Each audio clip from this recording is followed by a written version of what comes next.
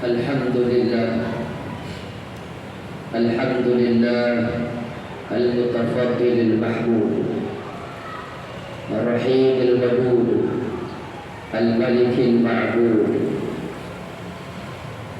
أشهد أن لا إله إلا الله وحده لا شريك له شهادة تنجي قائلها من أهوال يوم الموعود. وأشهد أن سيدنا ونبينا محمدا عبده ورسوله صاحب الحوض المولود. اللهم فصل وسلم وبارك وعظم وكرم على خير الوالد والمولود سيدنا ونبينا ومولانا محمد صلى الله عليه وسلم وعلى آله وأصحابه صلاة وسلاما دائمين متلازمين حتى ترجع كل أمر على علام الغيوب. أما بعد، فيا أيها الحاضرون وزمرة المؤمنين، أوصيكم وإياي بتقوى الله وطاعته لعلكم تفلحون. فقد فاز من اتقى وخاب من طغى. وقال تعالى في محكم تنزيله وهو أصدق القائلين: أعوذ بالله من الشيطان الرجيم.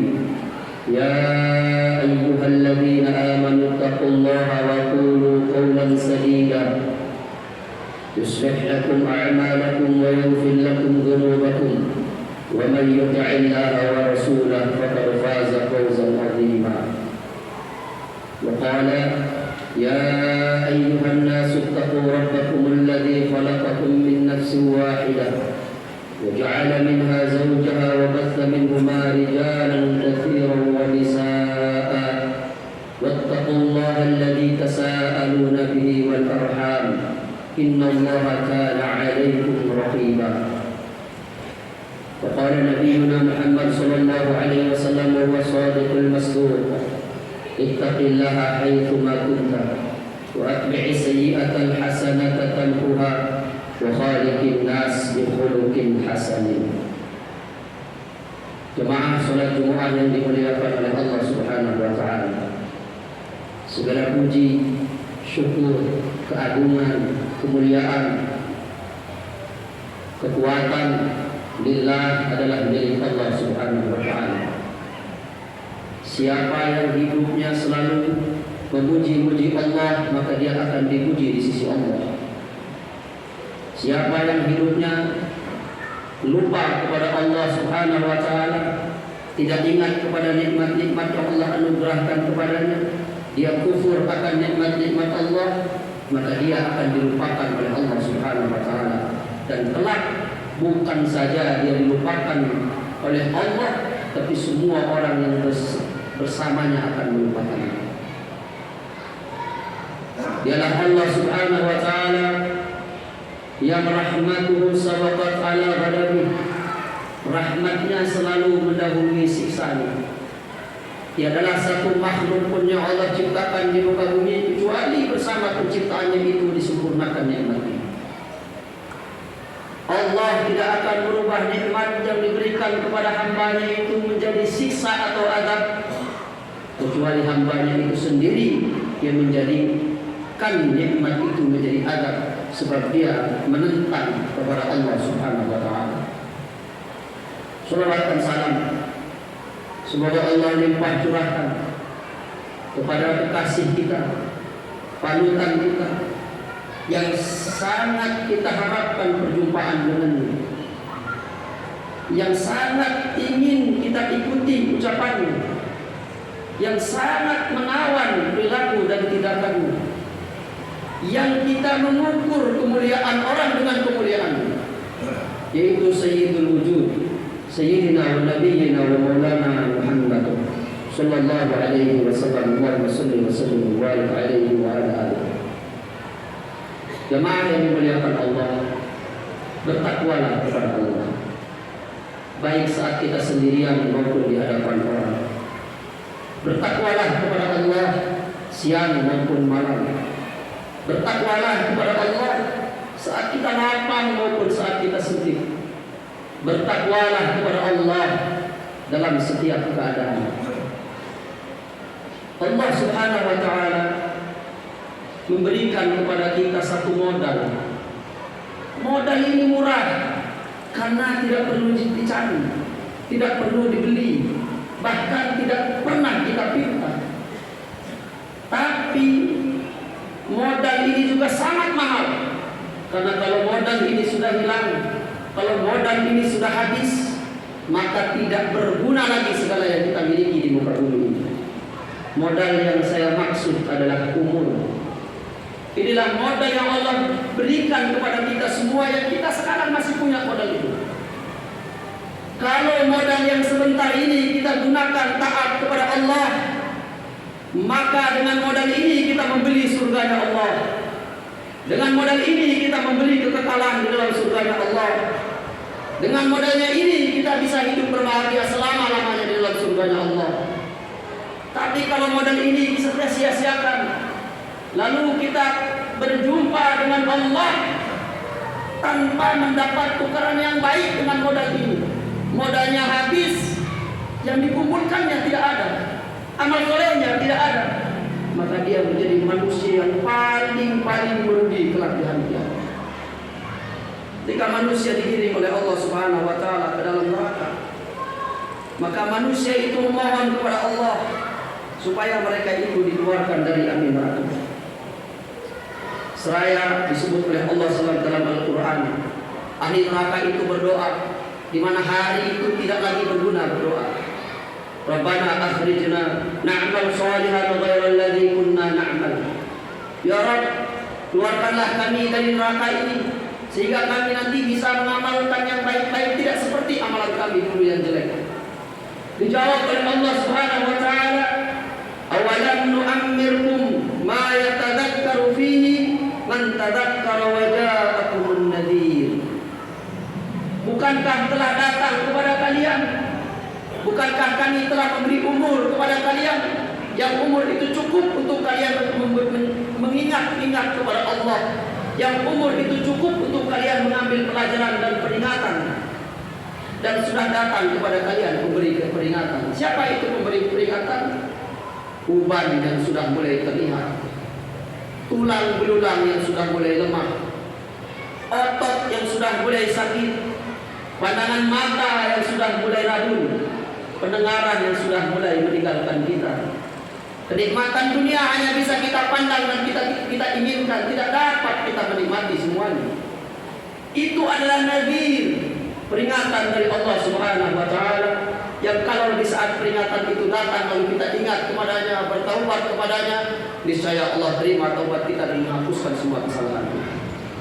Jemaah yang dimuliakan oleh Allah Subhanahu wa taala, puncak umur adalah usia 40 tahun. Orang yang sudah berusia 40 tahun itu dia telah mencapai puncak daripada bimbingan Allah, baik secara zahir maupun secara batin.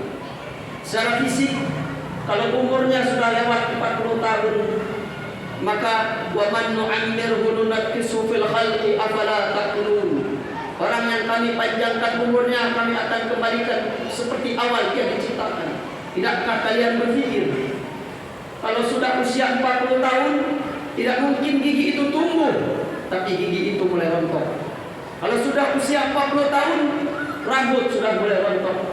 Kalau sudah usia 40 tahun dan selanjutnya, kita akan kembali lagi kepada penciptaan awal. Lama-kelamaan mulai kita hilang, gigi kita hilang, rambut kita hilang, ingatan kita hilang semua.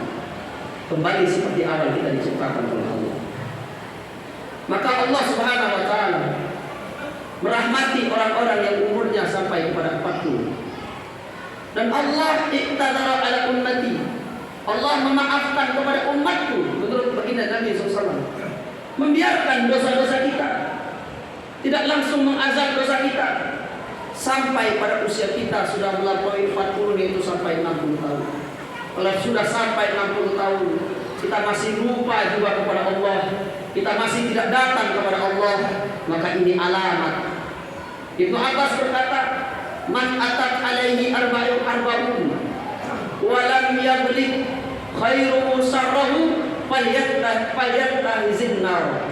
Barang siapa yang sudah sampai 40 tahun tapi kebaikannya belum bisa mengalahkan keburukannya, maka bersiap-siap, boleh jadi dia ini umur sisa itu hanya menyiapkan tempat di api neraka. Waliyadzubillah. Maka Allah Subhanahu wa taala mendidik kita. Dia tahu bahwa kita berada pada puncak umur di usia 40 tahun. Maka Allah mengajar kepada kita. Di dalam surah Al-Ahqaf ayat 15, hatta idza balagha ashuddahu wa balagha 40 sanah qala rabbi awzi'ni an ashkura ni'mataka allati an'amta 'alayya wa 'ala walidayya wa an a'mala salihan tardahu wa aslih li fi dhurriyyati inni tubtu ilaika wa inni minal muslimin. Hendaknya yang sudah usia 40 tahun jangan tinggalkan doa ini.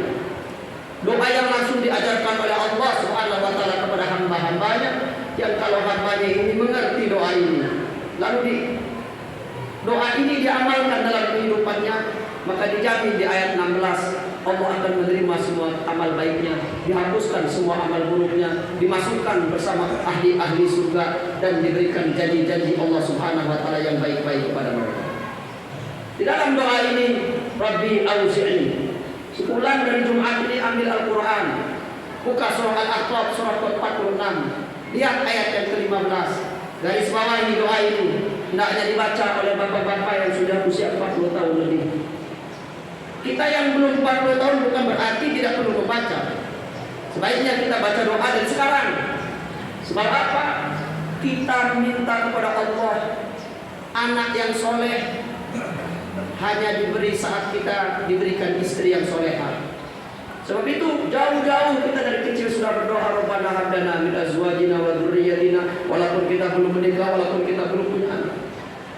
Jangan meminta surga kalau kita sudah wafat. Jangan minta perlindungan dari api neraka saat kita melihat neraka, karena itu sudah tidak ada gunanya lagi. Jangan memohon, manusia itu banyak sekali minta sehat saat dia sudah sakit. Padahal diajarkan kita oleh baginda Rasul, ta'arraf ilallahi firraha ya'rifka fisyiddah. Kau datang kepada Allah saat kau dalam keadaan senang, saat kau dalam keadaan senggang, maka saat kau susah Allah yang akan mendatangimu. Minta sehat itu saat kita sehat, supaya kalau kita sakit dimudahkan oleh Allah untuk kita mendapatkan obat yang diberkahi, dan Allah berikan sehat kepada kita. Jemaah yang dimuliakan oleh Allah Subhanahu wa taala. 5 amalan yang harus dijaga oleh orang yang usia sudah di atas 40 tahun supaya dia husnul khatimah di dalam doa ini. Yang pertama, syukur. Rabbi auzi'ni an ashkura ni'mataka allati an'amta 'alayya wa 'ala walidayya. Ya Rabb, ilhamkan, ajarkan, berilah kemampuan kepadaku untuk bersyukur atas nikmat-nikmat-Mu. Sudah banyak sekali nikmat yang Allah berikan kepada kita, jemaah yang dimuliakan Allah. Hari-hari kita tak ada yang lepas daripada nikmat Allah. Maka kalau sudah 40, bagaimana kita menghitungnya lagi? Syukuri nikmat Allah. Jangan yang dipikir itu yang susah-susah. Apalagi tiap hari mikirin kesulitan dunia, masalah ekonomi, masalah rumah tangga, masalah anak, masalah tetangga, masalah-masalah dunia semua itu. Man asbaha yasbu dhaiqa ma'isyatihi faka'annama yasku rabbah. Tiap hari dia menjelek-jelekan Tuhannya.